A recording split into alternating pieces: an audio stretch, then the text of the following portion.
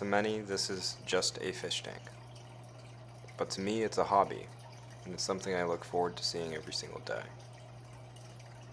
But it also happens to be the black hole that is connected to my wallet.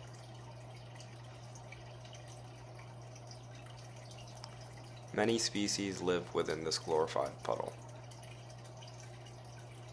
The ones that are flourishing the most are the Medaka, a guppy-like fish that are constantly on the verge of overpopulating the tank.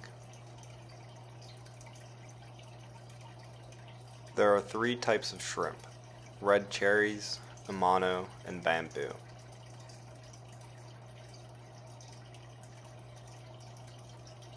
They help to keep the tank clean by eating algae and the fish's leftovers.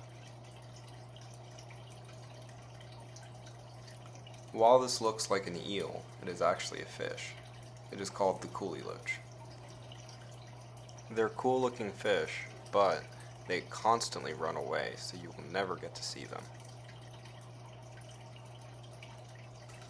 This is a Plecostomus, or suckerfish. He'll stick onto the walls and rocks of the tank and clean all the algae off.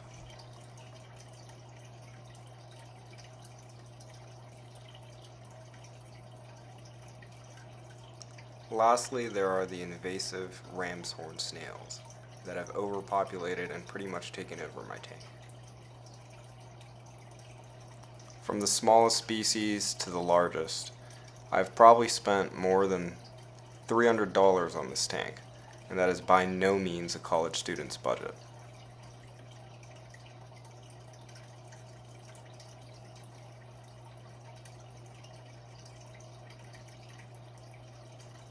While it might seem like once you set up the tank, you're not going to have to do anything, that is far from the truth.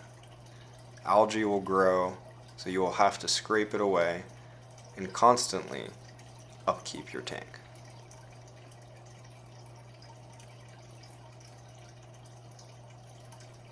As I mentioned before, the Medaka reproduce like crazy. This is a mom with a full batch of eggs.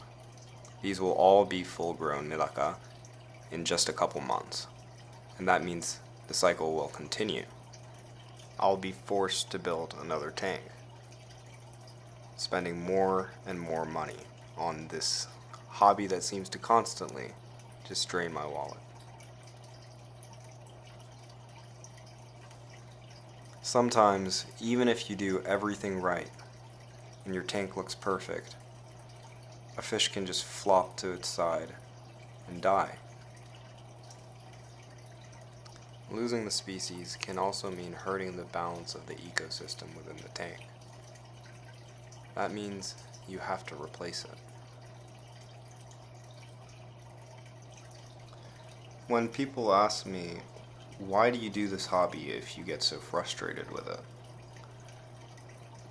I think it's evident when you look at what I've created.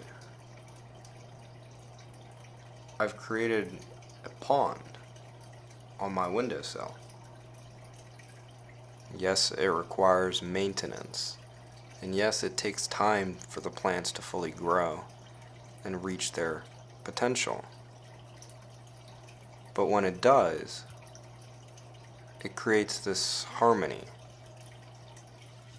this beautiful thing to look at every single day, showing you all the hard work that you put into it. These fish could have had a natural life in the wild, but instead they were pretty, so we put them in glass boxes. You are keeping a pet that cannot raise its voice. That's why it's even more important to create a tank that is close to their natural environment, somewhere that they would want to live.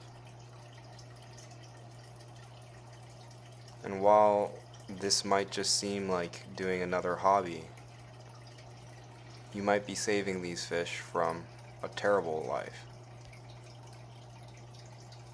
While it's a money pit, I think that's the essence of this hobby. You give a lot, but you get a lot.